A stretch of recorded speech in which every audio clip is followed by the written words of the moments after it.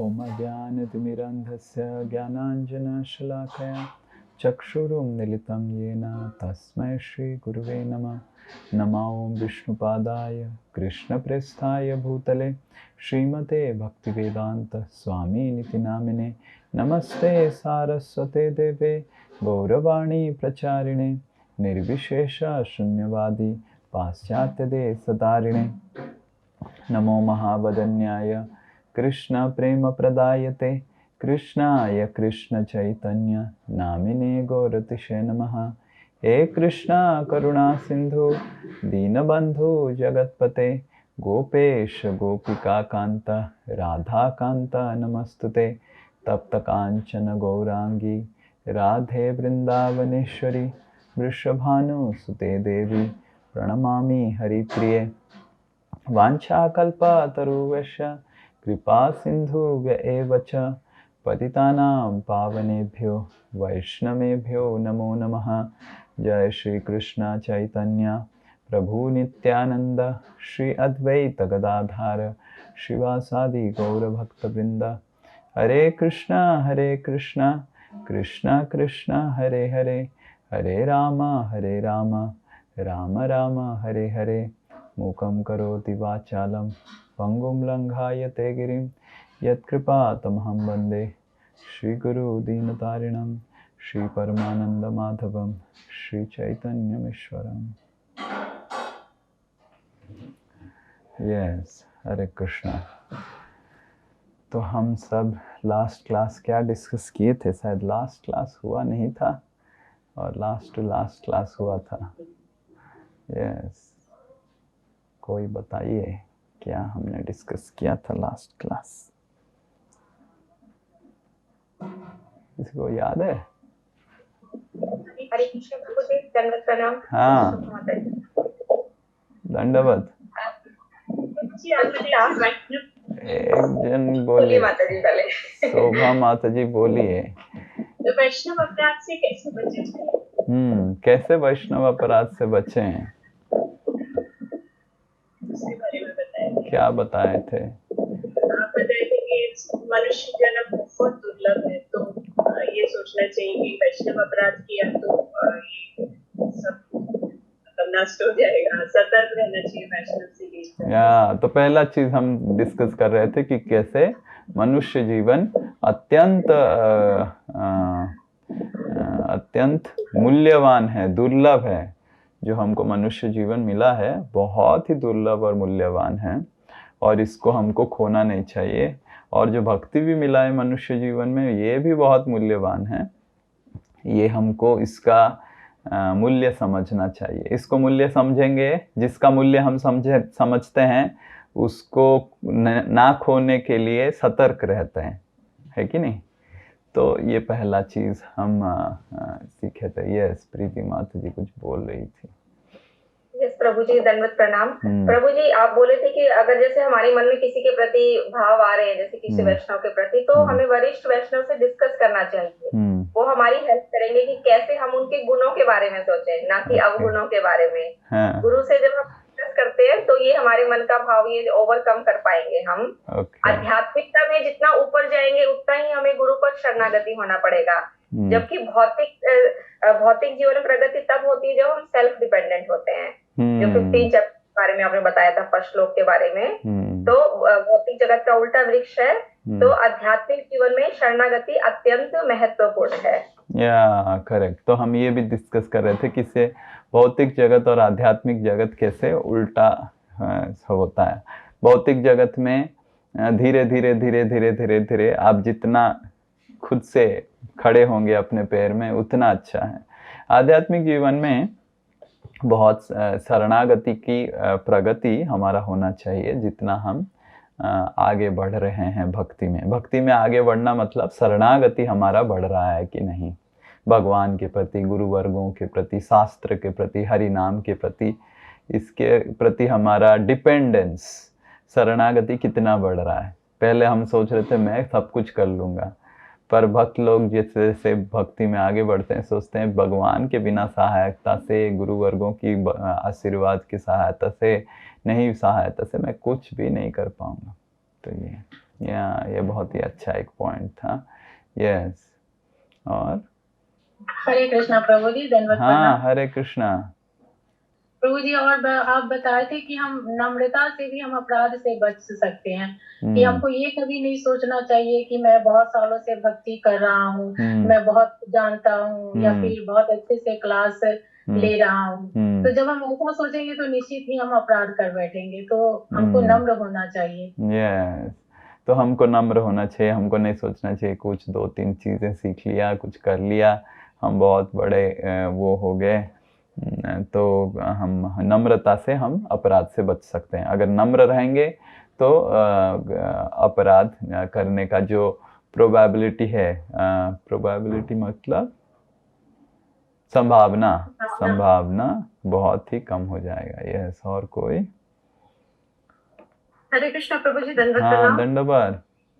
आपने बताया था कि मनुष्य जीवन हमें सुदुर्लभ है, पर उससे भी दुर्लभ है जो हमें भक्तों का संग मिला है, तो हमें सतर्क रहना चाहिए। और आपने रघुगण महाराज का एग्जाम्पल दिया था कि उन्होंने कहा किस तरह से कि इंद्र के वज्र से नहीं डर लगता और शिव जी के त्रिशूल से नहीं लगता, पर वैष्णव अपराध से डर लगता है, और उसके लिए हमें सतर्क रहना चाहिए। तो हमको डरना चाहिए। रघुगण महाराज बताते हैं कि इंद्र के वज्र से, शिव जी से त्रिशूल से, यम की दंड से, ये सबसे भी ज्यादा हमको भयभीत रहना चाहिए, वैष्णव के अपराध से भयभीत रहना चाहिए। इससे हम समाप्त किए थे। करेक्ट। बहुत अच्छा, बहुत अच्छा। तो जब सती देवी इस तरह समझाने के लिए आई थी, सती देवी का कुछ भी एक लेश मात्र भी इच्छा नहीं था कि हम पिताजी की यज्ञ में जाएं, थोड़ा देखें, मिलें। तो उनका बस एक ही इच्छा था कि मैं पिताजी को जाके समझाऊंगी, और समझा के मैं पिताजी को मेरे शिव जी के साथ जो गलत फहमियां हैं उसको हटा दूंगी। तो ये सती देवी का इच्छा था। तो इसीलिए सती देवी डायरेक्ट उधर जाके अपना लेक्चर, सरमोन, उनका जो प्रवचन है वो देने लग गए। वैष्णव अपराध सेमिनार वो देने लग गए। तो जब वैष्णव अपराध सेमिनार दिए, अब दक्षा ने बस वीडियो ऑफ करके बस दूसरे काम में लग गए थे, अपना काम कर रहे थे। वो ध्यान नहीं दे रहे थे, कुछ भी ध्यान नहीं दे रहे थे। और दक्षा ऐसे बैठे हुए थे जैसे उनको कुछ सुनाई नहीं दे रहा है, कुछ समझ में नहीं आ रहा है। जैसे सती देवी ऐसे भाषा में बोल रही है जो दक्षा उस भाषा को समझ ही नहीं सकती है। ऐसे मुंह करके बैठे हुए थे दक्ष। और जब सती देवी ने देखा कि दक्ष अपने पिताजी को समझा के कुछ फायदा नहीं है, वो समझने के लिए तैयार ही नहीं, सुनने के लिए तैयार नहीं, समझने का तो बहुत दूर की बात है। तो जब ऐसे देखी तो सती देवी ने निर्णय किया कि ये जो मेरे शरीर है, ये शरीर ये दक्ष से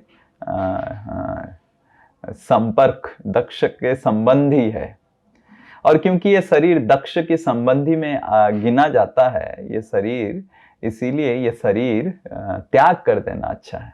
क्योंकि शिव जी मेरे को बार बार बुलाते हैं, हे दाक्षायणी, तो मेरे को बहुत खराब लगता है। तो ये मेरा दक्ष के साथ संबंध है, जो शिव जी जैसे व्यक्तित्व को अपराध कर रहा है, द्वेष कर रहा है, उस संबंध को मैं मिटाना चाहती हूँ।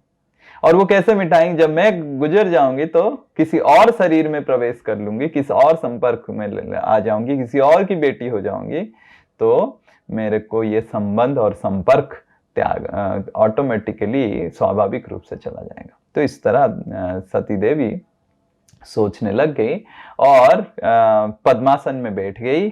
और सुखदेव गोस्वामी बताते हैं, आगे जाके आप पढ़ेंगे, कि सैफरॉन कपड़ा पहन ली, जैसे हमारा है ना, गेरुआ कपड़ा पहन ली। तो हमको नहीं समझना चाहिए कि ये सब लोग जाएंगे अमेज़न में शॉपिंग करेंगे, सैफरॉन कपड़ा लेके आएंगे, ट्रायल रूम में बदलेंगे तो ये सब जो व्यक्तित्व हैं, शिव जी, पार्वती देवी, सारे देवता लोग बहुत ही शक्तिशाली व्यक्तित्व है। बस इच्छा मात्र से ही उनका कपड़ा बदल जाता है। कपड़ा तो छोड़ दीजिए, इच्छा मात्र से उनकी पूरे शरीर की स्वरूप बदल जाता है। तो अपनी शरीर की जो वस्त्र है उसको बदल दी सती देवी और पद्मासन में बैठ गई। और हमारे शरीर में अलग अलग प्रकार की 5 महाभूत है। आपको पता है हमारा शरीर पृथ्वी, जल, अग्नि, आकाश, वायु, तो इस तरह का 5 महाभूत है। और ये हमारी शरीर की जो महाभूतें हैं, हमारे शरीर की जो पृथ्वी है, ये इस ब्रह्मांड की एक भी पृथ्वी है। ये सूक्ष्म रूप से ब्रह्मांड की पृथ्वी है, उसके साथ कनेक्टेड है। तो ये तो एक हमारी लोकल पृथ्वी का एलिमेंट है और एक ब्रह्मांड की ग्लोबल एलिमेंट है, उसके साथ कनेक्टेड है। आजकल बहुत सारे वैज्ञानिक बोल रहे हैं कि आप इतने मनुष्यों को तबीयत खराब क्यों हो रहा है, क्योंकि पृथ्वी के साथ उनका संपर्क छूट जा रहा है। करेक्ट? आपको पता होगा, बहुत सारे लोग बोल रहे हैं जाके आप पार्क में खाली नंगा पैर में आप विचरण कीजिए, चलिए, वो कीजिए, वो ऐसे करने से पृथ्वी के साथ आपका संपर्क बढ़ेगा। जो जल हम लेते हैं वो टैप वाटर लेते हैं, तो कभी कभी जाके ओशन वाटर या फिर उस जल के में स्नान कीजिए, उस संपर्क से आपका तबीयत ठीक होगा। तो इसी तरह एक ग्लोबल ये एलिमेंट है और ये हमारे शरीर के अंदर भी एक लोकल एलिमेंट है। योग पद्धति से हम हर एलिमेंट की मात्रा को बढ़ा सकते हैं। मतलब हमारी शरीर के अंदर जो अग्नि की एलिमेंट है, इस योग पद्धति से एक प्रकार की योग पद्धति से उसको बढ़ा सकते हैं। ग्लोबल जो हमारी ब्रह्मांड की जो अग्नि एलिमेंट है उसके साथ संयुक्त करके उससे और अग्नि की शक्ति लेके हमारी शरीर की अग्नि को बढ़ा सकते हैं। ये हमको पता नहीं कैसे किया जाता है, पर ये एक योग पद्धति है। जैसे उदाहरण स्वरूप कुछ लोग अदृश्य हो जाते हैं। करेक्ट? आपने सुना होगा, अदृश्य हो जाते हैं। कैसे अदृश्य हो जाते हैं? वो अपनी शरीर की जो ईथर एलिमेंट है, वो जो आकाश की एलिमेंट है, उसको इतना बढ़ा देते हैं कि शरीर उभान हो जाता है, अदृश्य हो जाता है। फिर उसके बाद शरीर को पुनः निर्माण कर लेते हैं, जिसमें पृथ्वी की एलिमेंट को बढ़ा देते हैं, जल की एलिमेंट को बढ़ा देते हैं, फिर से शरीर अपने से हो जाता है। तो ये एक योग पद्धति है जो कलयुग वासियों को बिल्कुल भी पता नहीं। तो इस तरह सती देवी बैठ गई। ऐसे नहीं कि उस सती देवी ने पंखा ढूंढने, उस समय पंखा हुआ नहीं करता था, या पेड़ ढूंढने लग गई और रस्सी ढूंढने लग गई और मैं आत्महत्या कर लूंगी, या फिर भैंस काट ली चाकू लेके। उस तरह का कुछ नहीं कि योग पद्धति में बैठ के सती देवी मन में शिव जी की चरण को स्मरण करने लग गई और स्मरण करते हुए योग पद्धति से अपनी शरीर की जो अग्नि की जो एलिमेंट है उसको बढ़ाने लग गई और कुछ ही समय में उनकी शरीर में आग लग गया, शरीर अंदर से जल गया। और सती देवी तुरंत अपने आप को, क्योंकि देखिए ये दुर्गा देवी स्वयं है, अपने आप को एक पार्वती पर्वतराज की पत्नी के गर्भ में प्रवेश कर ली और उनसे जागृत होके उनका नाम फिर हो गया पार्वती। तो जब सती देवी इस तरह आत्महत्या करी तो सुखदेव गोस्वामी बोलते हैं जितने सारे देवता गण उपस्थित थे सारे लोकों में हाहाकार हो गया। वो श्लोक हम पढ़ेंगे, वहां पे एक बहुत महत्वपूर्ण तात्पर्य श्रील प्रभुपाद लिखते हैं और हमारे आचार्य गण बताते हैं। तो ये श्लोक है 4:4-28 चतुर्थ स्कंद की चतुर्थ अध्याय की 28 नंबर श्लोक। ओके। ओम नमो भगवते वासुदेवाय। ओम नमो भगवते वासुदेवाय। ओम नमो भगवते वासुदेवाय। ओम नमो भगवते वासुदेवाय। ओम नमो भगवते वासुदेवाय। ओम नमो भगवते वासुदेवाय। तत्पश्यतां खे भुवि चाद्भुतं महत्। तत्पश्यतां खे भुवि चाद्भुतं महत्। हा हेति वादसु महानजायत। आहे विवादो सुमहान् जायतो। हन्त प्रियादैव तमास्य देवी। हन्तो प्रिया दैवतमस्तो देवी। जहौ अशुनकेन सती प्रकोपिता। जो हो वसुन्केन सती प्रकोपिता। कोई माता जी हैं? तत्पश्यतां खे भुवि चाद्भुतं महत्। तत्पश्यतां खे भुवि चाद्भुतं महत्। हा हेति वादसु महानजायत। हा हेति वादसु महानजायत। हन्त प्रियादैव तमास्य देवी। हन्त प्रिया देवतमास्य देवी। जहौ शुकेन सति प्रकोपिता। जहवशुना किं सति प्रकोपिता।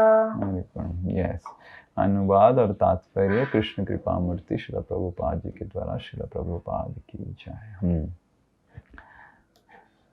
जब सती ने कोपवश अपना शरीर भस्म कर दिया तो समूचे ब्रह्मांड में घोर कोलाहल मच गया कि सर्वाधिक पूज्य देवता शिव की पत्नी सती ने इस प्रकार अपना शरीर क्यों छोड़ा। तात्पर्य श्रील प्रभुपाद की जय। ब्रह्मांड के विभिन्न लोकों के देवताओं में कोलाहल मच गया क्योंकि सती राजाओं में श्रेष्ठ राजा दक्ष की कन्या और देवताओं में श्रेष्ठ शिवजी की पत्नी थी। वे इतनी क्रुद्ध क्यों हुई कि उन्होंने अपना शरीर छोड़ दिया। क्योंकि वे एक महापुरुष की पुत्री और महात्मा की पत्नी थी, अतः उन्हें किसी प्रकार का अभाव न था, किंतु तो भी उन्होंने असंतुष्ट होकर शरीर छोड़ दिया। सचमुच यह आश्चर्यजनक था। भले ही कोई सर्वाधिक ऐश्वर्य को प्राप्त क्यों ना हो, उसे पूर्ण संतोष प्राप्त नहीं हो सकता। रुक जाइए। तो इधर श्रील प्रभुपाद जी एक बहुत महत्वपूर्ण चीज बोल रहे हैं। One cannot attain complete satisfaction even if one is situated in greatest material opulence। Srila Prabhupada अंग्रेजी में बताते हैं या फिर हिंदी में अनुवाद है कि भले ही कितना भी बहुत बड़े एक सुखदायी भौतिक जगत में बहुत एक समृद्धशाली परिस्थिति में आप हैं, फिर भी आपके हृदय में संतुष्टि नहीं आ सकता। भौतिक समृद्धि हमारे जीवन में संतुष्टि नहीं लेके आ सकता है। तो पहला चीज हम इस प्रसंग में चर्चा ये करेंगे कि हमको समझना चाहिए सती देवी और शिवजी जो हैं वो हमारी तरह जीवात्मा नहीं है। पार्वती और शिवजी हमारी तरह जीवात्मा नहीं है, वो शंभु और शक्ति तत्व है। हमको कभी नहीं समझना चाहिए कि क्योंकि दक्ष की पुत्री हुई सती देवी तो वो भी हमारी तरह एक मामूली पुत्री हुई, मामूली पिताजी के एक कन्या हुए, एक जीवात्मा हुए। वो हालांकि शिवजी ब्रह्मा से उत्पन्न हुए हैं, सती देवी दक्ष से उत्पन्न हुई हैं, पर ये शंभु और शक्ति तत्व हैं, ये जीव तत्व नहीं है। और सती देवी जो उनके जीवन में घट रहा है, जैसे कोई अगर सुइसाइड करता है तो तुरंत हम क्या करते हैं, क्या बोलते हैं, पापी आत्मा है, भूत पिशाच बनेगा, करेक्ट। या फिर कोई अगर बहुत कष्ट से गुजरता है और उनके जीवन में झगड़ा हो रहा है, पारिवारिक जीवन उनका सही नहीं है, कुछ तो पाप किया होगा, तो इसीलिए इस तरह का पिताजी मिला, इस तरह का पति मिला, ऐसे हम बोलते हैं कि नहीं। हाँ, तो हमको कभी नहीं सोचना चाहिए कि सती देवी ने कुछ तो पूर्व कर्म में गड़बड़ पाप कर्म किए हैं, इसीलिए सती देवी को दक्ष जैसा पति मिला, और सती देवी को देखो दक्ष और उनके पति का इतना झगड़ा हुआ, कितना कष्ट सहन ना करना पड़ा, और इतना कष्ट सहन करने के बाद उनको आत्महत्या करना पड़ा। बहुत पाप कर्म हुआ होगा। तो हमको समझना चाहिए, जिस तरह विष्णु और लक्ष्मी और नारायण इस धरा पे आके लीला करते हैं, और उनका लीला का जो महत्वपूर्ण उद्देश्य है वो है एडवर्टाइजमेंट। तो लक्ष्मी और नारायण जब लीला करते हैं, राधा कृष्ण सीता राम, उनका है मूवी दिखाना कि आध्यात्मिक जगत में आपको क्या एक्सपीरियंस मिलेगा, आपको मेरे साथ क्या एक्सपीरियंस मिलेगा। एक्सपीरियंस को क्या बोलेंगे, अनुभूति। उसका एक झलक दिखाने, ट्रेलर दिखाने के लिए लक्ष्मी नारायण लीला करते हैं इस भौतिक जगत में आके। और उन्हीं की, नारायण जी की विस्तार है शिव जी, जैसे दूध की एक विस्तार है दही, उसी तरह शिव जी भी नारायण की एक विस्तार है, और वही शक्ति की विस्तार है पार्वती देवी। वो भी इस भौतिक जगत में लीला करते हैं, पर उनका लीला का उद्देश्य क्या है, एजुकेशन, हमको शिक्षा देना। भगवान लीला करते हैं, एडवर्टाइजमेंट करके दिखाते हैं। कभी कभी भगवान भी एजुकेशन देने के लिए आते हैं, पर भगवान जनरली शिक्षा आध्यात्मिक जगत में लेके जाने के लिए एडवर्टाइजमेंट करके लिखते हैं। तो वो सब जो अवतार है वो लीला अवतार है। भगवान की लीला अवतार जो आते हैं, वो लीला अवतारों का मेन उद्देश्य ये होता है कि लीला को प्रदर्शन करके लोगों को आकर्षित करना। पर भौतिक जगत में शिव और पार्वती वो महादेव और महादेवी कहलाती हैं, और वो कोई मामूली जीवात्मा नहीं है। ब्रह्मा एक जीवात्मा है, ब्रह्मा भी एक बद्ध जीवात्मा है जो बहुत उत्कृष्ट धरण की भक्ति करके अभी भक्ति कर रहे हैं ब्रह्मलोक में, सत्यलोक में, और फिर इस जीवन के बाद वो भगवान के धाम चले जाएंगे। पर शिव जी एक बद्ध जीव नहीं है, पार्वती देवी और सती देवी एक कोई बद्ध जीव नहीं है, कोई मामूली बद्ध जीव नहीं है। वो ये सब लीला कर रहे हैं हमको शिक्षा देने के लिए। क्या शिक्षा देना चाहती है वो श्रील प्रभुपाद जी और विश्वनाथ चक्रवर्ती ठाकुर इधर बता रहे हैं। सती देवी इस लीला से और शिव जी इस लीला से क्या शिक्षा देना चाहते हैं, देखिए ये अभी हम चर्चा करेंगे। देखिए, एक स्त्री के लिए सबसे महत्वपूर्ण व्यक्ति, उसके जीवन में दो जन होते हैं, एक है पिता और एक है पति, करेक्ट। और सती देवी को सबसे शानदार बेहतरीन कोई सोच सकता है, दक्ष जैसा पिता जो क्या नहीं दे सकते हैं। संपूर्ण ब्रह्मांड दक्ष की गुणगान कर रहे थे, केवल ब्रह्मा विष्णु महेश्वर को छोड़ के सब कोई दक्ष को सम्मान दे रहे थे। उस तरह की पिता के प्राप्ति किया सती देवी ने। और तो और जनरली हम शिव पार्वती जी को हर कोई स्त्री कन्या लोग सब प्रार्थना करते हैं, उपासना करते हैं कि उनको एक अच्छा हस्बैंड मिल जाए, एक पति मिल जाए। सती देवी को शिव जी ही पति मिल गए। सोचिए, शिव जी जैसा पति मिलना मतलब कोई जीव तत्व नहीं है। पर इस तरह का परिस्थिति सती देवी के जीवन में आने के बावजूद, जिनके जीवन में दक्ष की तरह पिता और शिव जी की तरह पति मिले, फिर भी वो उस तरह की समृद्धि भी उनके जीवन में संतुष्टि लेके नहीं आ पाया। इस शिक्षा को देने के लिए शिव जी और सती देवी ने यह लीला करवाया। मूर्ख लोग, भौतिक जगत में मत रुको, हमारा बात सुन लो। ये भौतिक जगत इस तुम्हारा घर नहीं है, जल्दी से पैकअप करो, निकलो इधर से। तो हमको समझना चाहिए शिव जी और Parvati Devi Golok rehabilitation programme, Vaikunth rehabilitation programme के प्रोग्राम डायरेक्टर हैं। तो उनके अंडर में भी कुछ फैकल्टीज हैं और हम सब भी उन्हीं के अंडर में फैकल्टीज हैं। हमारा काम कार्य है क्लास देना, उनका कार्य है जो क्लास नहीं सुन रहे हैं उनको पनिशमेंट देके, जो क्लास के बाहर भटके हुए हैं उनको मार मार के क्लास के अंदर घुसाना। तो वैष्णव का काम है क्लास देना, हमारा काम है क्लास सुनाना, भगवान कौन है, भगवान की भक्ति कैसे करना चाहिए वो सब। बट कुछ लोग इतने बदमाश लड़के लड़की होते हैं वो क्लास के बाहर घूमते रहते हैं। आपने देखा होगा कॉलेज में वो अड्डा जमाएंगे, इधर घूमेंगे, चाय पिएंगे, ड्रग्स खाएंगे, दारू पिएंगे। तो इसलिए डिसिप्लिनरी कमेटी होता है कॉलेज में एक, वो डिसिप्लिनरी कमेटी क्या करता है, लोगों को डराता है, रस्टिकेट कर देंगे हम आपको, ये कर देंगे वो कर देंगे, डरा डुरा के कुछ करके पनिशमेंट दे के मार मूर के उनको क्लास में भेज दीजिए। तो शिव और पार्वती का काम वही है, ये शिक्षा देना कि कितना भी आप प्रयास कर लीजिए, कितना भी हद तक आप प्रयास कर लीजिए इस भौतिक जगत में समृद्धि के लिए, पर इस भौतिक जगत की समृद्धि आपको तिल मात्र भी हृदय की संतुष्टि प्रदान नहीं कर पाएगा। ये शिक्षा है इस लीला का।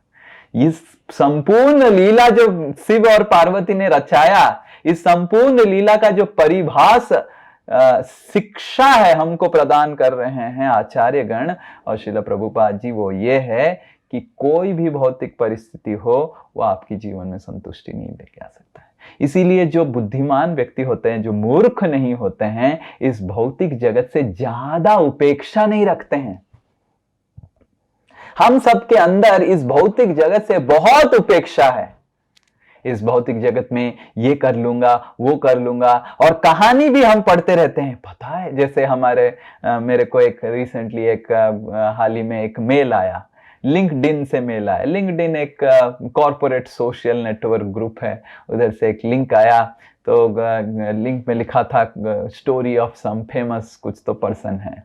तो उसको क्लिक किया हमने, तो जाके एक लिंक चला गया और एक स्टोरी निकला जो थोड़ा सा एक पैराग्राफ लिखा था। एक व्यक्ति ने बस 10 रुपए लेके बॉम्बे गए थे 20 साल पहले, अभी वो 10,000 करोड़ की संपत्ति की ओनर है। हरे कृष्ण। तो इस तरह का हम जो किताबें पढ़ते हैं वो सब करते हैं, सोचते हैं वाह वाह वाह, इन्हीं का जीवन सक्सेसफुल हो गया है, यही अपने जीवन को सक्सेस कर दिए हैं, इनके जीवन में ये सब किया। तो हम भी सोचते हैं हमको भी ये प्रयास करना चाहिए, पर हमको समझना चाहिए ये भौतिक जगत, शिव और पार्वती शिक्षा दे रहे हैं, जो ये भौतिक जगत के महादेव और महादेवी हैं। कोई भी परिस्थिति में आप आ जाइए, इस भौतिक जगत में संतुष्टि नहीं मिलेगा। इस भौतिक जगत में केवल दुख ही दुख है। ये भौतिक जगत ऐसे बना हुआ है कि इस भौतिक जगत की हर एक वस्तु आपको पूरा शाश्वत काल के लिए बद्ध रख सकता है। श्रील प्रभुपाद जी बताते हैं कि even a small one blade of grass, घास की एक छोटी सी पत्ती भी आपको इस भौतिक जगत में बद्ध रख सकता है। कैसे? श्रील प्रभुपाद बताते हैं कि एक छोटी सी घास के ऊपर आप रिसर्च कर सकते हैं, ये घास ये हरा क्यों दिख रहा है? ये घास जब उठता है तो ऐसे पॉइंटेड पॉइंटेड कैसे हो जाता है? ये घास को मैं जब पकड़ता हूं मेरा हाथ कैसे कट जाता है? ये घास हर जो पेड़ होता है उसको जल देते हैं तो बहुत बढ़ता है, ये घास कुछ समय के बाद और ऊपर बढ़ क्यों नहीं पाता है? ये घास को काटने से फिर से कैसे बढ़ जाता है? मेरा हाथ काटने से तो बढ़ता नहीं है। तो इस तरह अजीब व गरीब रिसर्च कर करके एक घास का पत्ता आपको इस पूरा ब्रह्मांड में शाश्वत रूप से बद्ध करके रख सकता है। यह ब्रह्मांड एक जेल की तरह है। फिर उसके बाद और दूसरे वैज्ञानिक 3-4 वैज्ञानिक मिल जाते हैं, हम घास और पेड़ को मिला के एक नया घास तैयार करेंगे। जो ऊंचा भी होगा, मोटा भी होगा, और उसको गाय खाएंगे तो जल्दी बढ़ेगा। तो इस तरह इस भौतिक जगत में हजारों सामग्रियां हैं। ये तो घास एक छोटा सा उदाहरण है, इतने सारे सामग्री हैं जो हमको बद्ध करके रख रहा है। और सबसे निराला बात यह है कि किसी को नहीं लगता है कि वो जेल में बैठा हुआ है। ये सबसे बड़ा महत्वपूर्ण बात है ना। सब जेल में बैठे हुए हैं, सब बंधे हुए हैं, बट सबको लगता है कहां प्रभु जी, हम तो इतने खुले खुले बहुत खुला हवा खा रहे हैं। तो ये भौतिक जगत सोचिए, शिव और पार्वती कितना शानदार निर्माण किए हैं। सबको लग रहा है कि ये भौतिक जगत बहुत ही आनंददायक जगत है, और सब इस भौतिक जगत से बहुत रोमांचक उपेक्षा रखते हैं। We have a romantic expectation from this material world. बहुत रोमांचक इस भौतिक जगत है, और जो भी इस भौतिक जगत में इस तरह का रोमांचक उपेक्षा रखता है, इस भौतिक जगत में फंस जाता है। उदाहरण स्वरूप 2008 में जब हम पहली बार अल्बर्ट रोड मंदिर आए, उस समय अल्बर्ट रोड मंदिर की बहुत ही खराब परिस्थिति था। तो हम जब एक जगह, महाराज लोग आने वाले थे, कक्षा देने वाले थे, इसीलिए हम IIT खड़गपुर में उस समय पढ़ाई करते थे, तो आए थे। तो बहुत गंदगी था मंदिर में, चारों ओर इतने गंदगी थे। तो हम किसी तरह, बदबू मार रहा था जो भी, एक जगह सो गए। हॉल ही था वो, मंदिर के ऊपर प्रांगण में एक हॉल था। उस समय हम सब सो गए। अब जब सो गए मॉस्किटो नेट के अंदर, तो जब सुबह उठे, हमारे सारे जो बहुत सारे भक्तों के जो उंगली होता है, पैर की उंगली, सब कटा हुआ पाया गया, और मॉस्किटो नेट में खून हो गया। तो हमको लगा क्या हो गया। फिर पता चला कि पूरा मंदिर में इतने बड़े बड़े चूहे थे, इतने बड़े बड़े, और वो चूहे बिल्ली के 4 गुना साइज के थे। तो हम बिल्ली क्या लेके आएंगे उनको डराने के लिए। और हमारे गुरुदेव भी बताते हैं, इस्कॉन चौपाटी में वो जो पहली बार आए थे 1987 में, उस समय भी इस्कॉन चौपाटी में बहुत चूहे हुआ करते थे, इतना बड़ा, क्योंकि मंदिर में बहुत महाप्रसाद बनता है, इधर उधर प्रसाद पड़ता रहता है, उसको खा के, वो सब महाप्रसाद खा के मैं तो तगड़ा नहीं हो पा रहा हूँ, पता नहीं चूहे कितने तगड़े कैसे हो गए, इतने मोटे मोटे हो गए थे। तो महाराज बताते थे कि चौपाटी में, मुंबई में, हमने सोचा कि इतने चूहे हैं तो हमको क्या करना चाहिए, एक बिल्ली लेके आना चाहिए। तो बिल्ली को लेके आए चूहे मारने के लिए, और फिर कुछ दिनों के 3 दिन के बाद वो बिल्ली गायब, बिल्ली गुमशुदा। तो बिल्ली को ढूंढा जा रहा है, क्या है, कैसा है, कहाँ है। तो पता चला छत की एक झरोका के अंदर बिल्ली ऐसे आवाज कर रहा था, और जब खुला तो इतने बड़े बड़े चूहे बिल्ली को चारों ओर से घेर के रखे थे, और बिल्ली ऐसे आवाज कर रही थी। ये सिचुएशन था। और महाराज बोले, हम सब ब्रह्मचारी लोग चूहे लोगों को भगाए, और बिल्ली को हमने रेस्क्यू किया चूहों की जो अटैक से। तो इतने बड़े बड़े चूहे अल्बर्ट रोड में थे, तो हम तो उधर जाते थे, रहते थे, तो कैसे उनको भगा दिया जाए, क्योंकि हम वैष्णव बनने के बाद चूहों की रैट पॉइजन देके हत्या तो नहीं कर सकते हैं। हमने बड़ा बड़ा रैट ट्रैप के आयोजन किया, और रैट ट्रैप के अंदर हमने पूरा शुद्ध मायापुर घी में डुबाते हुए अलग अलग प्रकार की पीठा और पूरी सब लटका दिया, और चूहे लोग ऐसे ऐसे खुशबू मार के घूमने लग गए।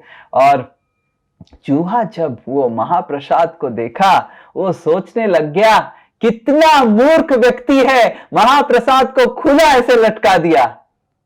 सोचिए, करेक्ट, कितना मूर्ख है वो।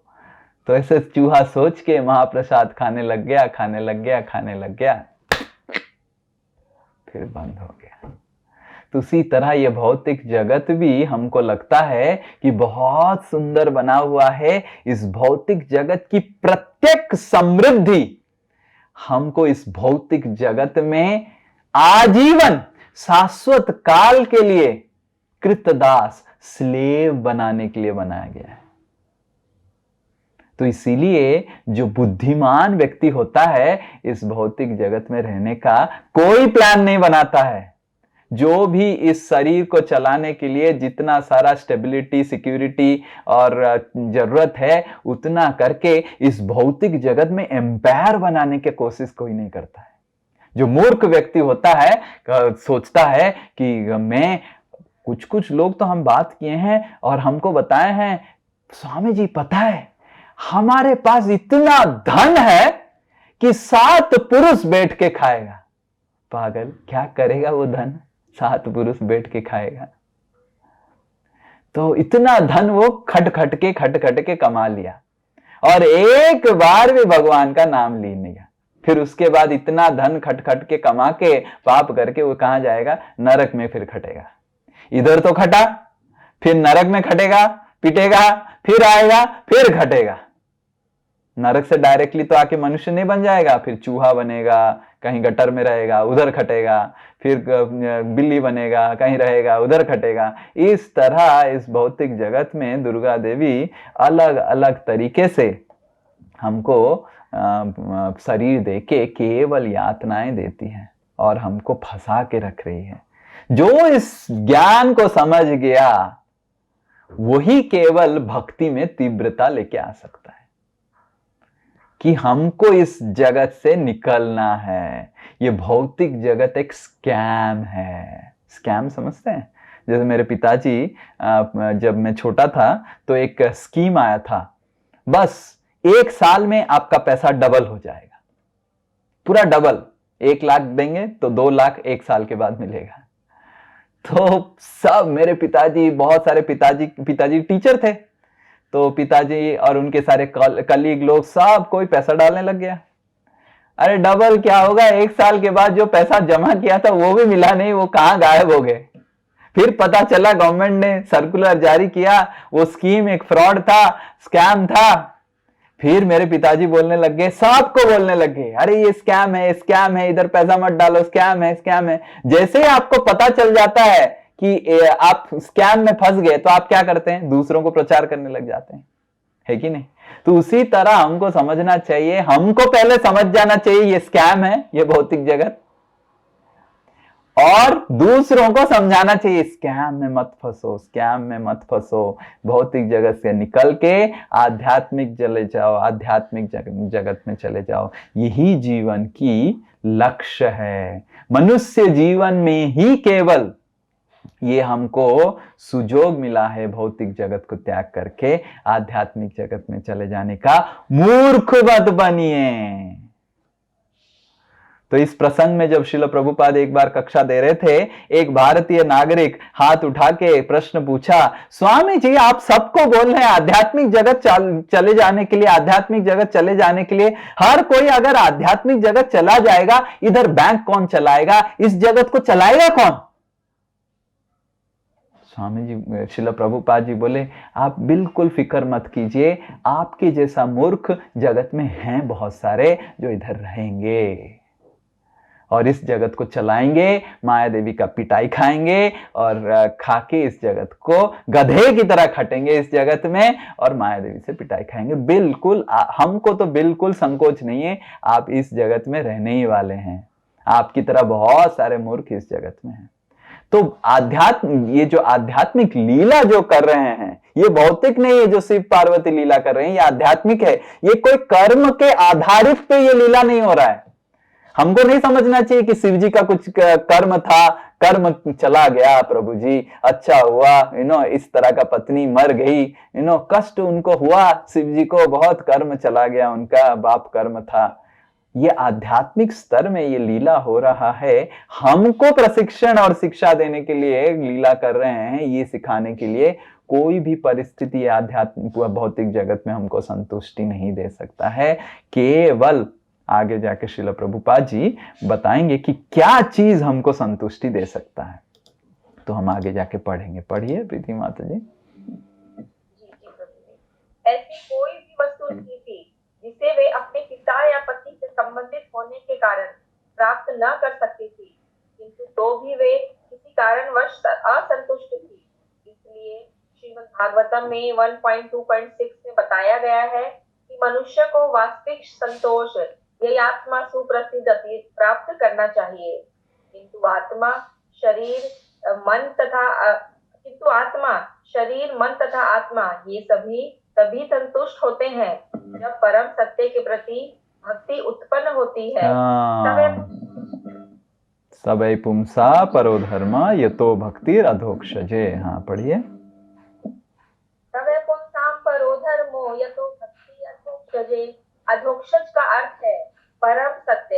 यदि कोई भगवान के प्रति ऐसा अटूट प्रेम उत्पन्न कर ले तो उसे पूर्ण संतोष प्राप्त हो सकता है, अन्यथा इस जगत में या अन्यत्र संतोष की कोई संभावना नहीं। या तो हम ये जो अंतिम वाक्य है सब कोई दोहराएंगे, तो धीरे धीरे माता जी पढ़ेंगे और ये अंतिम वाक्य को दोहराएंगे। पढ़िए फिर से।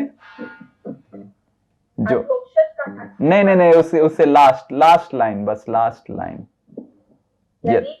यदि कोई धीरे धीरे पढ़िए, तोड़ के हम सब उच्चारण करेंगे पीछे पीछे प्रीति माता जी के। हाँ पढ़िए। यदि कोई आप सब दोहराइए। भगवान के प्रति वेरी गुड। ऐसा अटूट प्रेम उत्पन्न कर ले तो उसे पूर्ण संतोष प्राप्त हो सकता है। अन्यथा इस जगत में या अन्यत्र संतोष की कोई संभावना नहीं। परफेक्ट, समझ में आ रहा है? तो इस जगत में कोई संभावना नहीं है आनंद की। कोई भी वस्तु हमको इस जगत में आनंद नहीं प्रदान कर सकता है। केवल भगवान की भक्ति ही इस जगत में हमको आनंद प्रदान कर सकता है। तो इसलिए हमको समझना चाहिए, इस भौतिक जगत से हमको अधिक उपेक्षा नहीं रखना चाहिए। ये शिक्षा प्रशिक्षण इधर सती देवी दे रहे हैं और हमको तीव्रता से भक्ति करना चाहिए। और मनुष्य जीवन का लक्ष्य ही है तीव्र भक्ति करके भगवान के धाम में चला जाना, निकल जाना इस जगत से। और जितने हो सके उनको पकड़ के बताना इस जगत में मत रहो। जो भी इस जगत में बेसिक हमारी ज़रूरतें हैं उसको ख्याल रखते हुए हमको भगवान की भक्ति की तीव्रता बढ़ाना चाहिए। कभी भी इस भौतिक जगत में बहुत बड़ा मैं एक एम्पायर बनाऊंगा, ये करूंगा, वो करूंगा, ऐसे कर दूंगा, ऐसे कर दूंगा, कुछ उसका फायदा नहीं है। सब अल्टीमेटली अंत में हर चीज मिट्टी में मिल जाएगा। तो मेरे पिताजी हर समय ये गाना गाते थे, क्या, एक दिन मिट जाएगा माटी के मोल, जग में रह जाएंगे प्यारे तेरे बोल। तो ये जितने सारे चीज़ें हैं सब कुछ मिट्टी में मिल जाएगा एक ना एक दिन। तो इसीलिए जितना देर तक हमारे पास समय है उसमें तीव्र भक्ति करना चाहिए। ये महत्वपूर्ण है। ये शिक्षा इधर इस प्रसंग से मिल रहा है। तो आगे जाके जब सती देवी इस तरह अपनी शरीर को त्याग करती हैं तो बहुत सारे लोग हाहाकार करते हैं, हाहाकार तो करते हैं। तो सती देवी के साथ जो आए थे, आपको याद होगा, सती देवी जब निकल गई अकेली तो बहुत सारे लोग उनके साथ आए थे। वो सारे लोग जितने सारे ब्राह्मण देव और देवता थे उनको आक्रमण करने लग गए। और जब करने लग गए, भृगु ने क्या किया, यज्ञ से बहुत सारे सिपाही सैन्यों को तैयार किया जिनका नाम था रुभु। और वो रुभु लोग इन सारे लोगों को आक्रमण करके भगा दिए।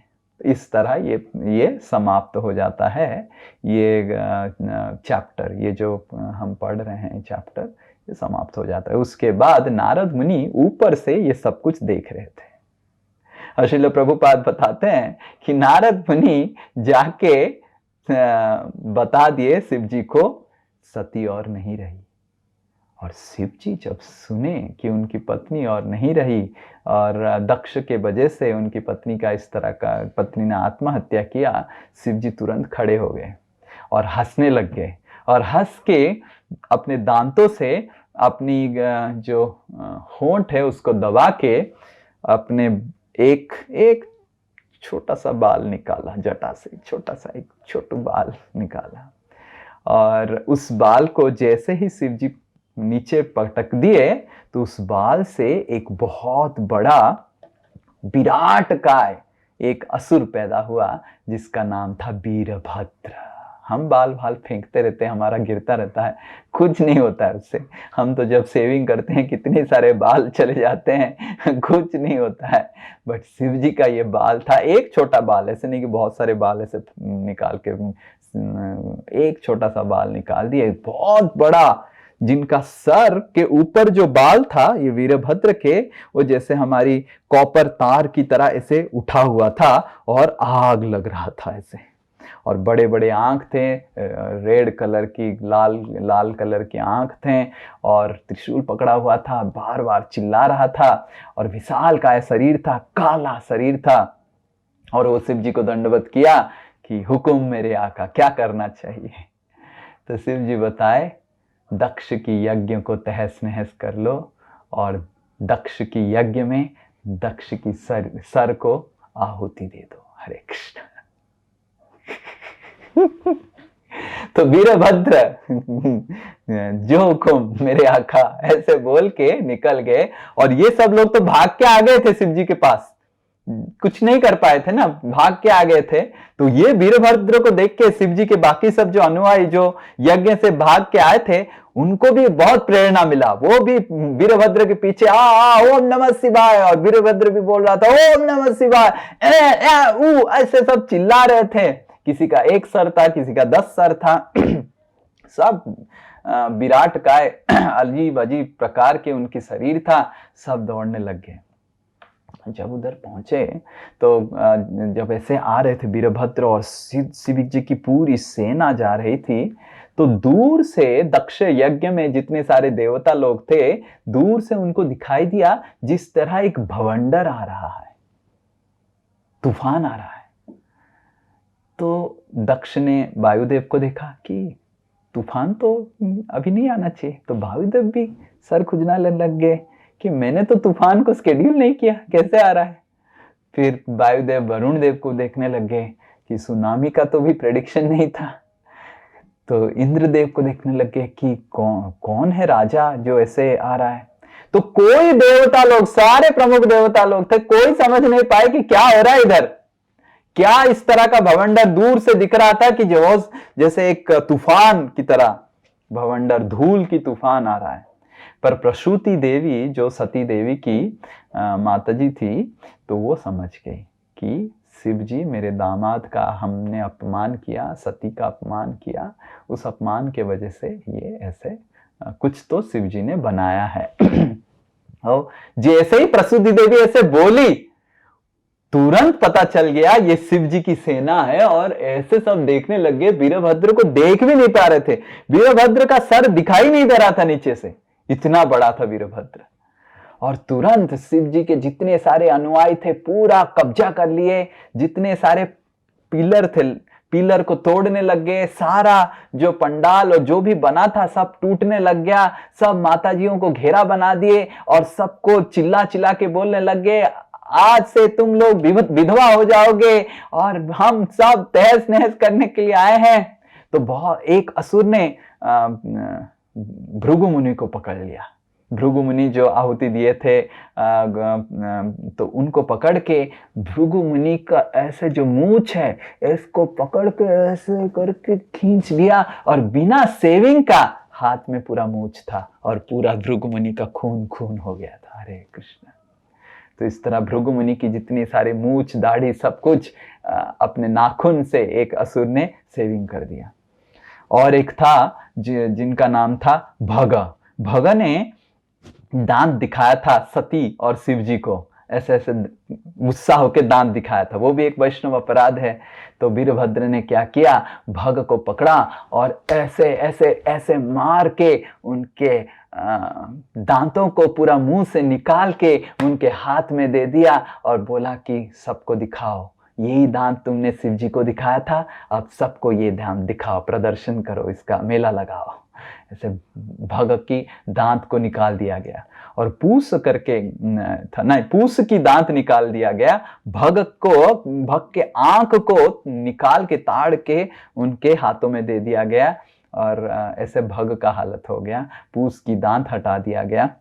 और फिर वीरभद्र ने दक्ष को पकड़ा, दक्ष को पकड़ के वीरभद्र जी ने दक्ष की छाती के ऊपर बैठ के, दक्ष की छाती के ऊपर बैठ के पहले उनके मुंह को इतना मारा, उनका दांत पूरा दांत को निकाल दिया, क्योंकि उस दांत और मुंह से उन्होंने शिव जी का अपराध किया था। निकालने के बाद उनकी सर को घुमाने लग गया, जैसे हम कभी कभी डब्बा खुलता नहीं ना, ऐसे ऐसे घुमाते हैं, निकालते हैं, मारते हैं, तो उसी तरह उनकी सर को इधर उधर उधर उधर करने लग गया। फिर दक्ष का सर कट ही नहीं रहा था, बहुत सारे तलवार से काटा वो, और छाती के ऊपर बैठा हुआ है वीरभद्र, बैठ के किसी तरह घुमाया फिराया, कुछ किया, काटा, फिर छाती के ऊपर बैठ के मंत्र उच्चारण करने लग गया, फिर भी दक्ष का सर कटा नहीं। फिर दक्ष के चोटी को पकड़ के खींच के लेके, एक आरी पड़ा हुआ था गोल गोल जैसे, तो उस आरी से दक्ष का सर को लगा के सर्कल घुमा के दक्ष का सर अलग हो गया और उस सर को उधर ही जो आग जल रहा था यज्ञ कुंड में डाल दिया और वीरभद्र और सारे अनुयायी चले गए शिव जी के पास, मिशन अकम्प्लिश्ड। और फिर वीरभद्र उभान हो गया, दृश्य हो गए। हरे कृष्ण।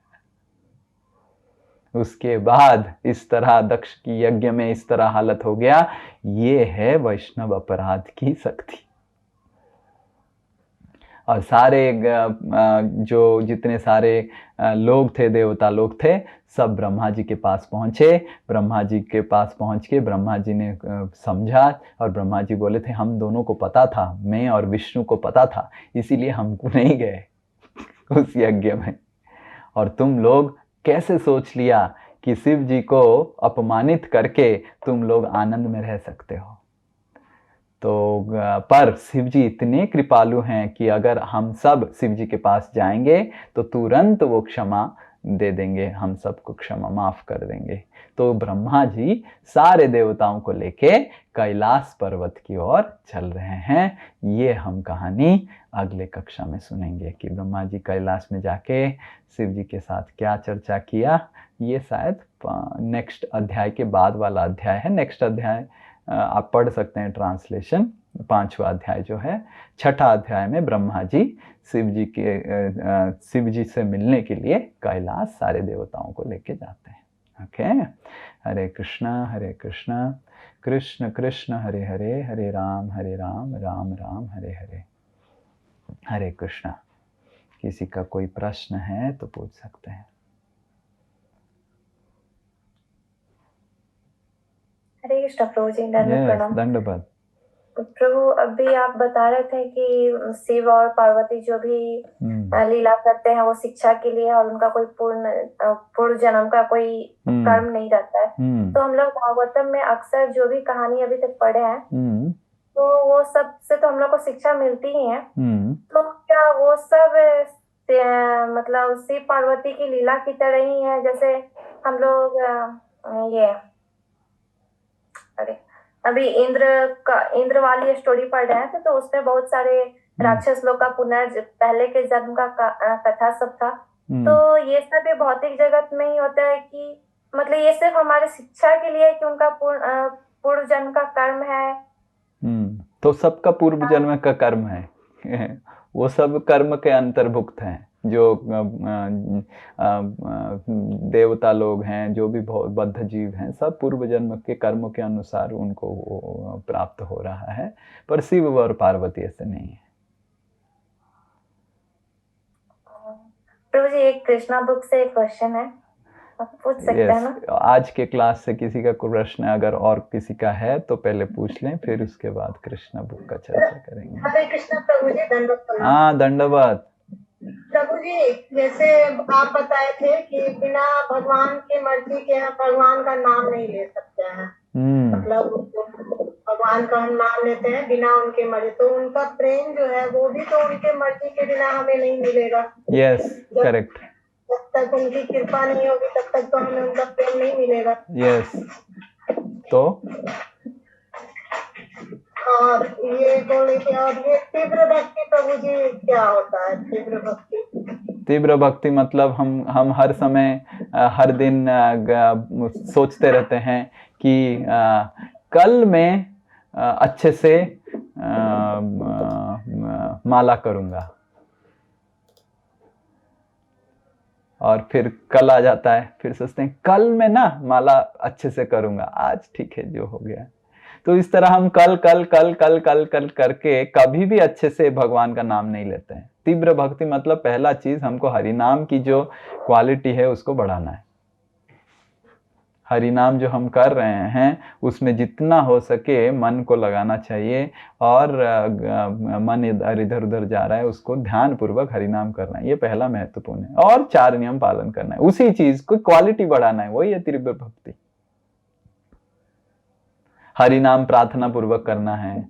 कथा को हम ऐसे ही सुन लेते थे, किसी तरह सुन लिया, अच्छे से कथा सुनना है, नोट्स बनाना है, उसको मनन करना है घर में जाके, क्या प्रभु जी बता रहे थे, क्या हम पढ़ रहे थे, श्रील प्रभुपाद जी क्या बता रहे थे, उसके ऊपर चिंतन करना है, मनन करना है।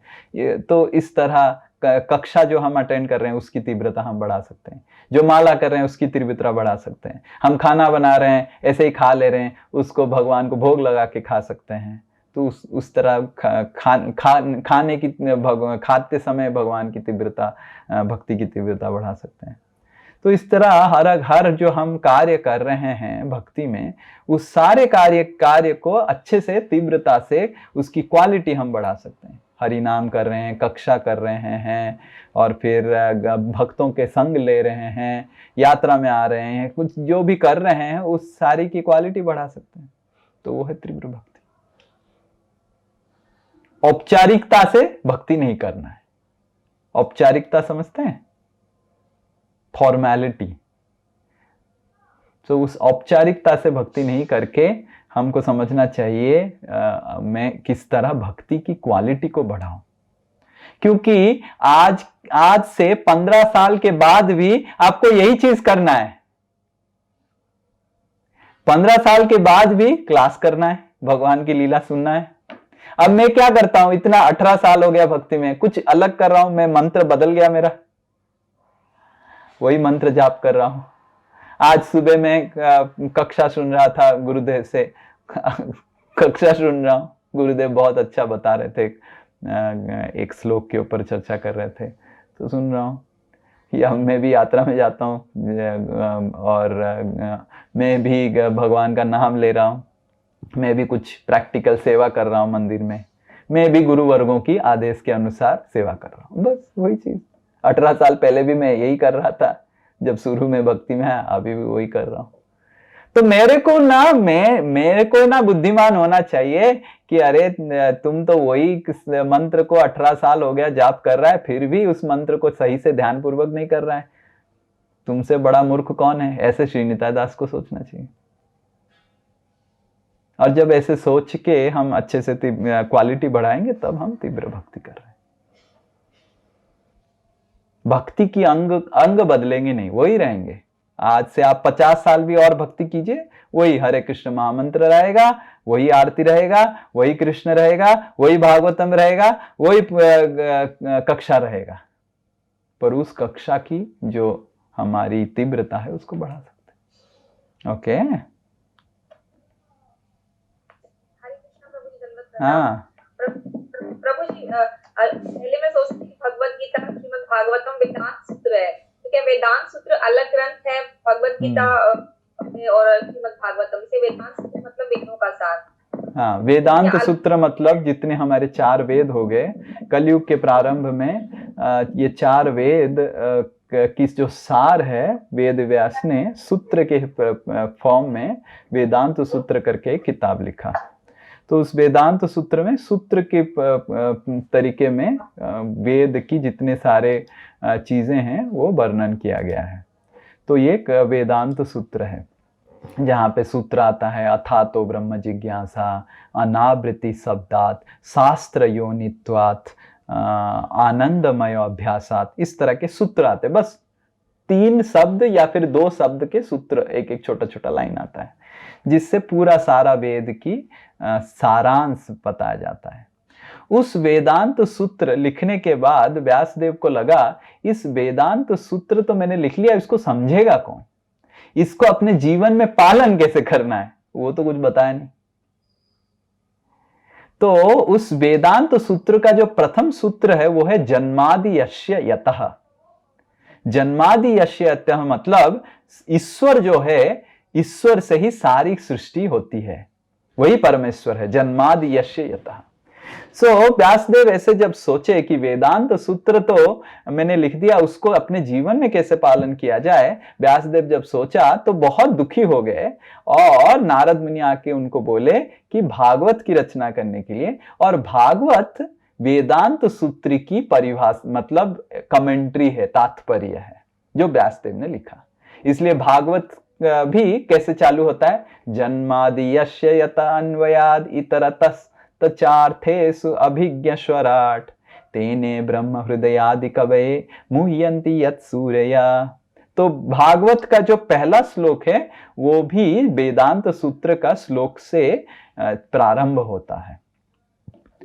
तो पर भागवत वेदांत सूत्र को कैसे अपने जीवन में कैसे प्रैक्टिकल तरीके से आप अपनाएंगे, उसको भागवत में कहानियों के द्वारा, अलग अलग प्रसंगों के द्वारा शिक्षा देते हैं व्यासदेव।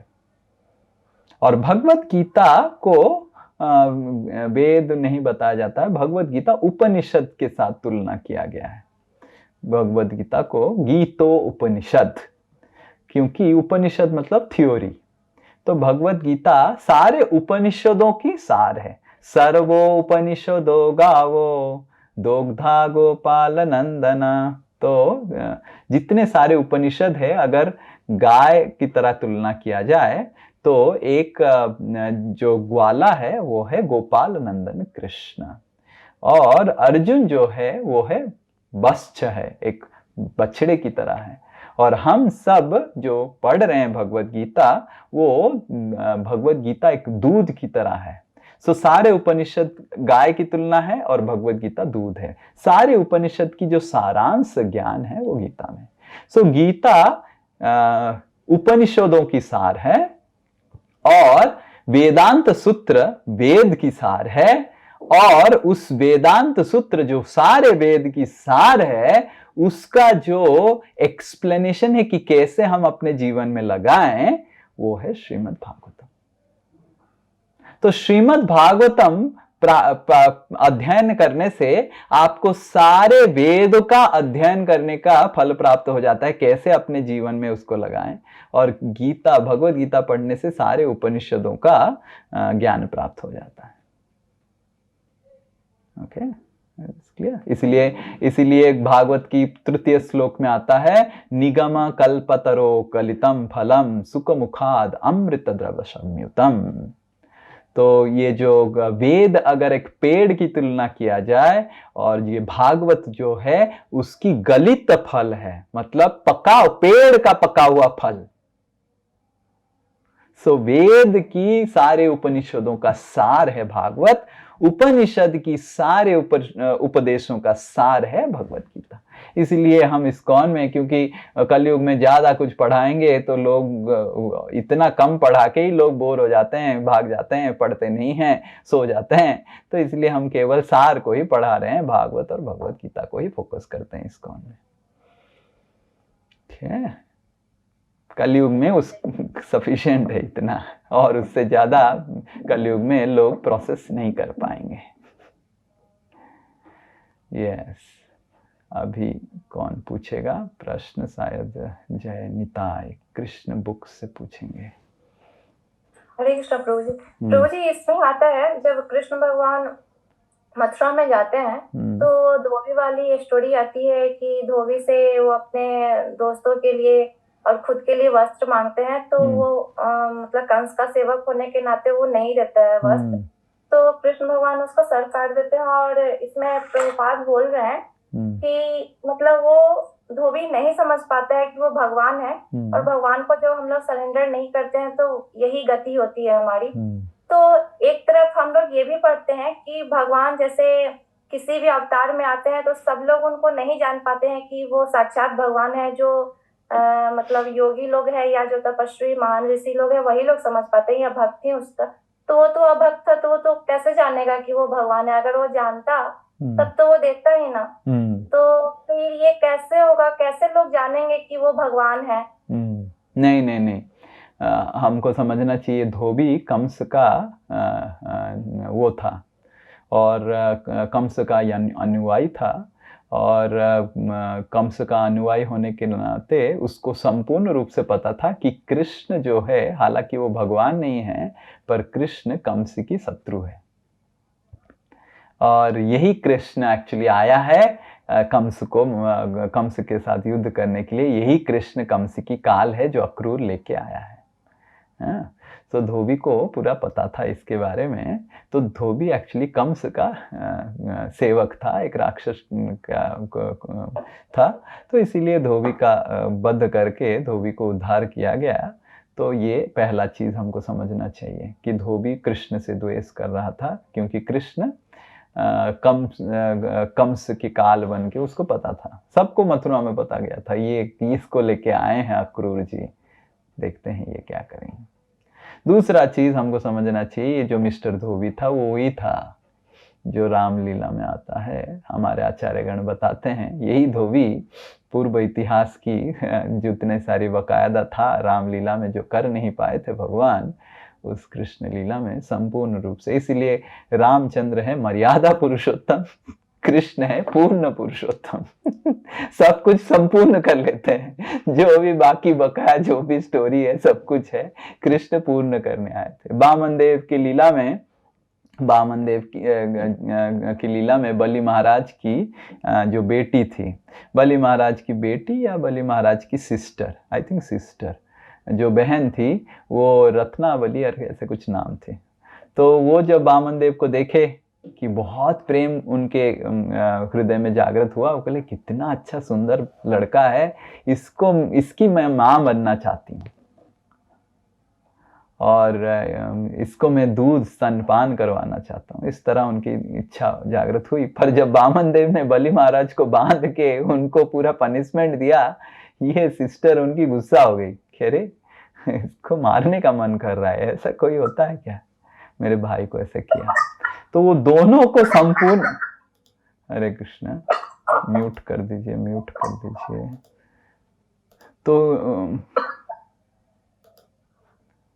तो इन दोनों को संपूर्ण कर दिया कृष्ण ने, पूर्ण पुरुषोत्तम है। कैसे लीला संपूर्ण हुआ, पूतना के रूप में वही लड़की आई और पूतना से दूध पी लिया, पूतना को संहार करके उसको मुक्ति देके आध्यात्मिक जगत में धात्री बना दिया। तो कृष्ण है पूर्ण पुरुषोत्तम, जो भी बकाया था सब कुछ हिस्ट्री वो पूर्ण करने आते हैं, संपूर्ण भगवान है वो। जो भी इधर उधर जिस भगवान के अवतार में कर नहीं पाए, किसी कारणवश हो नहीं पाया, उस सब को पूर्ण करते हैं। रामचंद्र के अवतार में जब रामचंद्र घूम रहे थे, इतने सुंदर थे रामचंद्र, इतने सुंदर थे, सारे लड़कियां लोग डायरेक्टली आके प्रपोज करते थे, आप हमारे पति बनेंगे क्या, आप हमारे पति बनेंगे। अब रामचंद्र ने तो ले लिया था एक बहुत ही बड़ा क्या प्रतिज्ञा ले लिया था, एक पत्नी व्रत।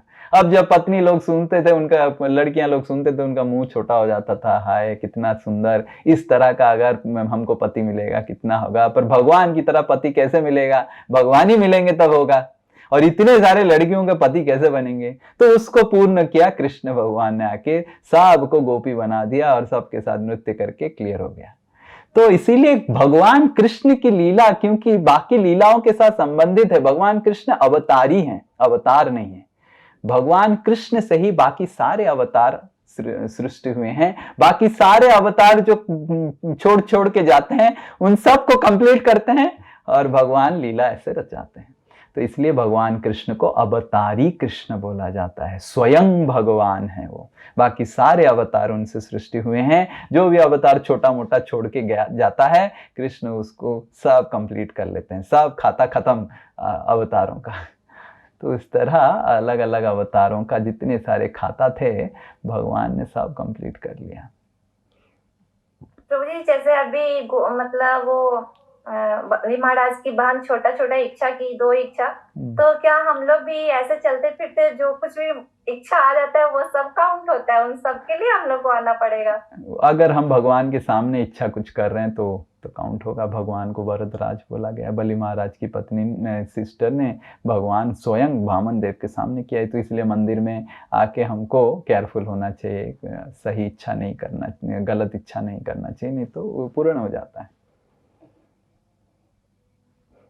तो मंदिर में जो भी गलत इच्छाएं करते हैं सब पूर्ण, गलत इच्छाओं भी पूर्ण हो जाता है और सही इच्छा भी पूर्ण हो जाता है। पर हमको इच्छा नहीं रखना चाहिए, हमको केवल भगवान की सेवा की इच्छा रखना चाहिए। ओके, हरि बोल। हाँ, रुचि माता जी, यस। हरे कृष्णा प्रभु जी, दंडवत। हाँ प्रभु जी, कुछ दिन पहले ही मेरी बेटी ने मेरे से एक प्रश्न किया। जैसे पूछा, मम्मा ये बताओ कि भगवान कृष्ण को ही क्यों हम लोग सुप्रीम गॉड बोलते हैं, तो उसको किस सरल भाषा में उसको कैसे एक्सप्लेन करूँ ये? भगवान कृष्ण को ही सुप्रीम लॉर्ड क्यों बोलते हैं? भगवद गीता में भगवान खुद ही बोल रहे हैं कि सारे अवतार सब कुछ के स्रोत भगवान कृष्ण है, इसलिए द सुप्रीम गॉड। सारे विष्णुओं की भी स्रोत है। तो आप एक छोटा सा कहानी बता सकते हैं। एक बार द्वारका में जब अर्जुन भगवान कृष्ण के साथ थे तो उस समय ये कृष्ण बुक में भी आता है, अंतिम के समय, अंतिम चैप्टर्स में एक चैप्टर आता है। उस समय क्या हुआ कि अर्जुन थे और एक ब्राह्मण आया, चिल्लाने लग गया, मेरा बेटा चला गया, मेरा बेटा मर गया, शायद राजा बहुत पापी हो गया है, उग्रसेन पापी हो गया है, इसीलिए ऐसा हो गया। पहले जमाने में पिता रह के बेटा कभी नहीं गुजरता था, अकाल मृत्यु नहीं होता था। तो अर्जुन थे उधर, अर्जुन तो क्षत्रिय थे, तुरंत बोले कि मैं आपका बेटा को लेके आऊंगा। आपकी पत्नी फिर से प्रेग्नेंट है, उसको डिलीवरी के समय मैं आपके घर को रखवाली करूंगा और बेटा कोई नहीं जुड़ा। तो अर्जुन ने घर की रखवाली की, फिर से बेटा मर गया, बेटा गायब हो गया, पैदा होते ही गायब हो गया, कहाँ पता नहीं चला। तो अर्जुन उसको सब जगह ढूंढे, यमलोक में ढूंढे, इंद्रलोक में ढूंढे, सारे लोक में जाके ढूंढे। अर्जुन ने प्रतिज्ञा लिया था, अगर इस बेटे को लेके नहीं आ पाऊंगा मैं सुसाइड करूंगा। तो फिर हताश होकर अर्जुन जब फिर से वापस द्वारका आए, ब्राह्मण लोग बोले, अरे तुम क्या है, बहुत बड़ा अपने आप को अर्जुन समझता है, कुछ नहीं कर पाया ना, मिला नहीं ना मेरा बेटा। 7 इस तरह के 7 बेटे मेरे गुजर गए, पता नहीं चला कहाँ गए। इस तरह का ब्राह्मण वो करने लग गया।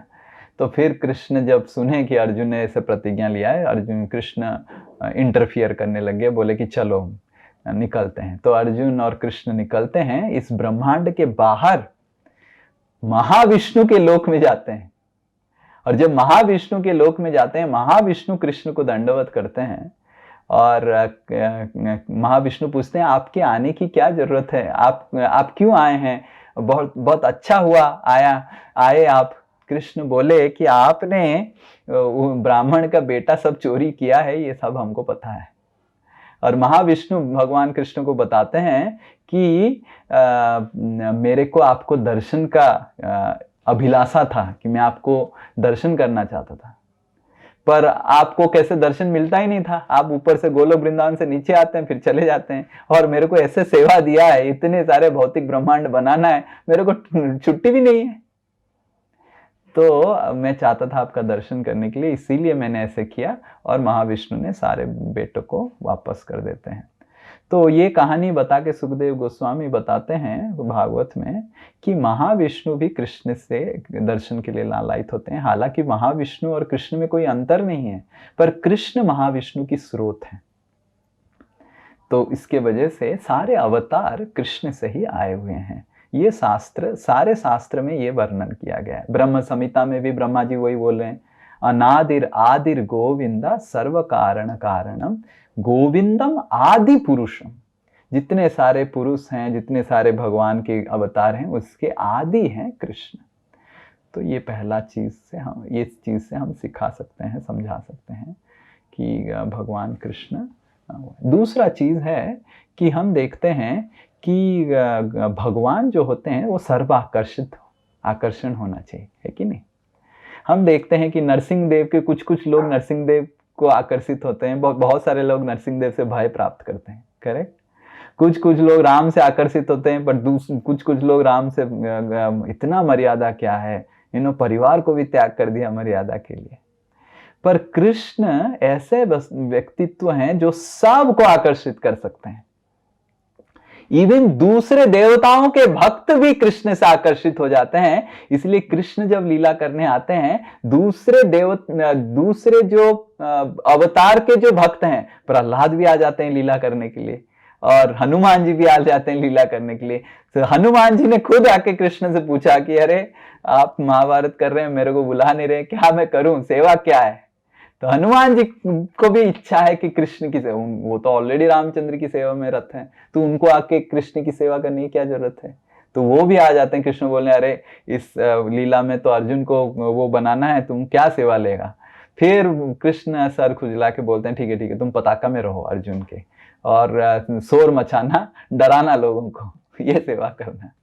तो हनुमान जी भी आ जाते हैं। गरुड़ जी भी वृंदावन आए थे, इसलिए वृंदावन यात्रा में हम जा रहे हैं, जो छठी घरा के पास गरुड़ गोविंद है।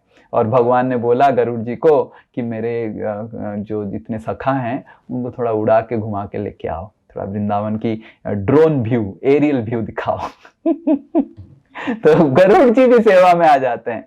कोई लगेगा अरे ये सब तो भगवान के नित्य पार्षद है ही, विष्णु के पार्षद है, इनको तो ऑलरेडी सेवा में रत है, वो फिर कृष्ण की सेवा में इतने लालायित क्यों है। क्योंकि कृष्ण सारे देवताओं के मालिक हैं। उनको पता है कि उनकी जो मालिक है विष्णु, वो भी कृष्ण की सेवा करना चाहते हैं, तो हमको तो आके थोड़ा करना चाहिए। और उसी तरह चैतन्य महाप्रभु भी कृष्ण के अवतार हैं, कोई विष्णु की नारायण की अवतार नहीं है। इसलिए चैतन्य लीला में भी सारे अवतारों के जितने सारे भक्त थे सब कोई आ जाते हैं। प्रहलाद आ जाते हैं, और अर्जुन और पंच पांडव आ जाते हैं, हर कोई आ जाता है लीला में संयुक्त होने के लिए। तो इस तरह हम अलग अलग दृष्टांत से समझा सकते हैं कि कृष्ण ही अवतारी है, बाकी सब अवतार हैं। पर कृष्ण और विष्णु में कोई अंतर नहीं है, दोनों ही सेम हैं, पर कृष्ण स्रोत है। ब्रह्म संहिता में ब्रह्मा जी इसको कैसे सेम भी होगा अलग भी कैसे होगा समझाने के लिए ब्रह्म संहिता में एक भौतिक उदाहरण ब्रह्मा जी बताते हैं। वो उदाहरण ये है कि आपके पास अगर 10 कैंडल है, एक कैंडल जला हुआ है, तो एक कैंडल से 10 कैंडल जला सकते हैं। पर जो कैंडल दूसरे कैंडल को जलाया, वो कैंडल मेन कैंडल हुआ। पर जल जाने के बाद वो कैंडल और ये कैंडल में अंतर कुछ नहीं रहा। तो ब्रह्मा जी इस उदाहरण से समझाते हैं कृष्ण और विष्णु में कोई अंतर नहीं है, दोनों सेम ही कैंडल है, पर कृष्ण ने सारे अवतारों के स्रोत है, ये हम समझा सकते हैं। तो इस तरह ब्रह्मा जी ब्रह्म संहिता में समझाते हैं कृष्ण और विष्णु का क्या अंतर है। ओके, हरे कृष्णा, जय श्रील प्रभुपाद। हाँ, प्रीति माता जी कुछ पूछ रहे हैं, अंतिम प्रश्न हमको जाना है, बताइए। जैसे चलते फिरते भी हम मन में भगवान से बात करते रहते हैं, तब भी कुछ इच्छाएं आ जाती है, फिर लगता है कि ऐसा गलत बोला, हमें तो तुरंत माफी मांगना चाहिए। भगवान ये इच्छा पूर्ण मत कीजिए, गलती से आ गया, गलती आ गया, ये गलत था। वो प्रभु जी बोलती रहती है भगवान जी मेरी गलत बातों को आपको भी मत मानना, मेरे मुंह से निकल भी जाए तब तो इस तरह का प्रार्थना करना चाहिए हमको, हर समय सतर्क रहना चाहिए। ठीक है, भक्त होने के बाद भगवान बैठे हुए हैं, क्या मेरा भक्त इच्छा कर रहा है उसको कैसे पूर्ण किया करो, इसलिए हमको सतर्क रहना चाहिए। ठीक है, हरि बोल। श्रील प्रभुपाद की जय, श्रीमद् भागवत पुराण की जय, समवेत गौर भक्त वृंद की जय। हरे कृष्ण।